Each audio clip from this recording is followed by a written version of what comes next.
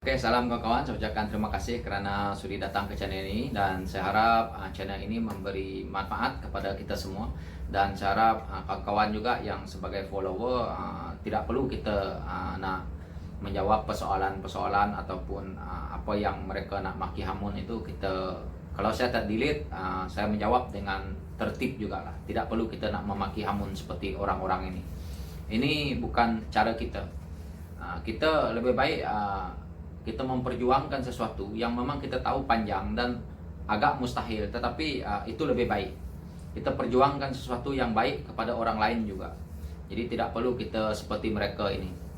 Cuma ini kita nak cerita tentang bab nih kilang arak nih yang beroperasi nih, dibenarkan beroperasi sekarang nih waktu PKP ini.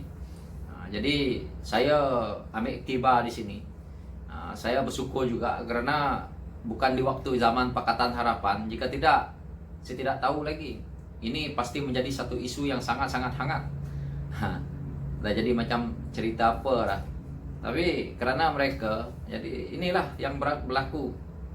Ini adalah satu yang kita boleh lihat. Apa yang terjadi hari ini di mata kita dan yang kita lihat, mereka sudah tidak boleh menipu. Karena akhbar sekarang ni seperti cendawan tumbuh, dan kita tahulah media ini sangat laju.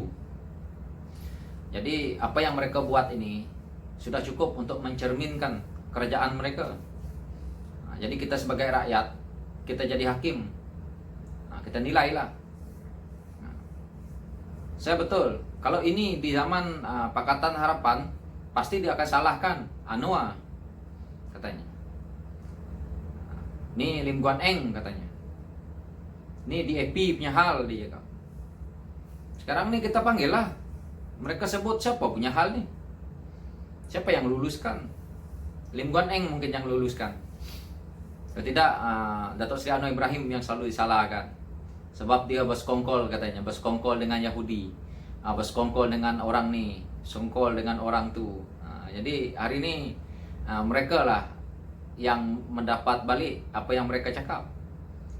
Itulah kalau kita suka mengatakan orang dan suka memfitnah orang, hari ini jawablah ini. Kenapa benda ini tidak boleh ditutup operasinya? Apa masing-masing ada kepentingan di situ? Saya paham benda ini untuk negara, dia beroperasi pun ada faedahnya. Duit tax dia apa semua kita boleh dapat. Tetapi ini kan waktu PKP, dan kita pun tahu sebelum ini Pak Lebay lah, Pak apalah semua mempertahankan untuk kilang arak ditutup lah, di inilah. Kenapa sekarang ni waktu mereka PKP punya waktu pun mereka kata boleh buka, tutup sementara pun tak boleh pula. Bukan nak tutup, tutup sementara tak boleh. Kenapa? Dan saya nak tengok juga, ini nak terlibat sekali.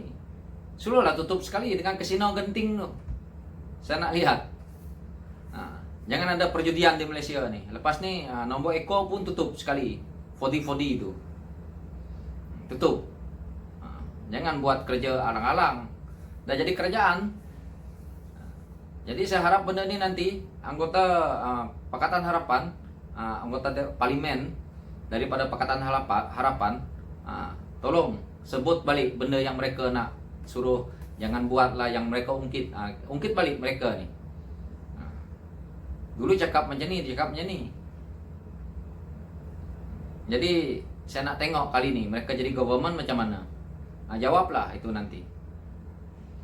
Benda-benda yang mereka katakan ini memakan diri sebenarnya. Kadang-kadang itulah. Tapi nanti ada orang yang suruh saya pergi sekolah pula ambil PhD. Benda mudah, tidak. Benda yang saya nak katakan di sini tidak memerlukan PhD. Kawan-kawan di sini pun boleh jawab. Kawan-kawan sendiri pun tahu. Untuk nak cerita seperti yang saya ceritakan ini, siapa pun boleh. Sekarang ini yang kita perlukan adalah nak menegakkan satu benda yang betul. Bukan cerita PhD ke, nak cerita doktor falsafah ke. Jadi ini yang mereka nak. Itulah orang-orang nih. Jadi mereka ini banyak berpikiran yang tidak logik pada saya. Dan soalan yang mereka bagi ke saya jawab pun tidak guna. Saya jawab pun mereka tidak dapat jawab balik. Jadi bermakna mereka hanya mengikut cakap-cakap orang, tapi mereka tidak tahu apa yang sebenarnya mereka sendiri cakap. Inilah masalah dia. Seperti kilang arak perjudian di Malaysia ini, itu sebenarnya memberikan hasil kepada negara. Banyak mereka bagi.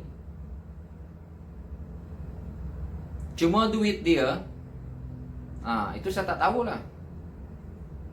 Syarat duit dia ke jalan yang betul, buat jalan ke, buat benda yang betul ke, buat jambatan ke. Karena duit dia sepatutnya seperti itu. Jadi saya tidak masuk ke dalam sana. So begitulah hakikatnya di Malaysia ini. So kawan-kawan di sana, tanyalah mereka tentang hal kilang arak nih. Apa dia nak jawab?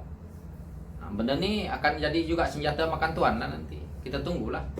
Di PRU nanti kita tanya dia balik. Kalau tidak dapat di parlimen, kita tanya dia balik di PRU ke-15. Okey kawan-kawan. So benda ni mudah. Kita tak payah nak maki hamun. Ini kita enjoy saja santai. Okey, thank you dan saya harap manfaat kawan-kawan. Okey, thank you.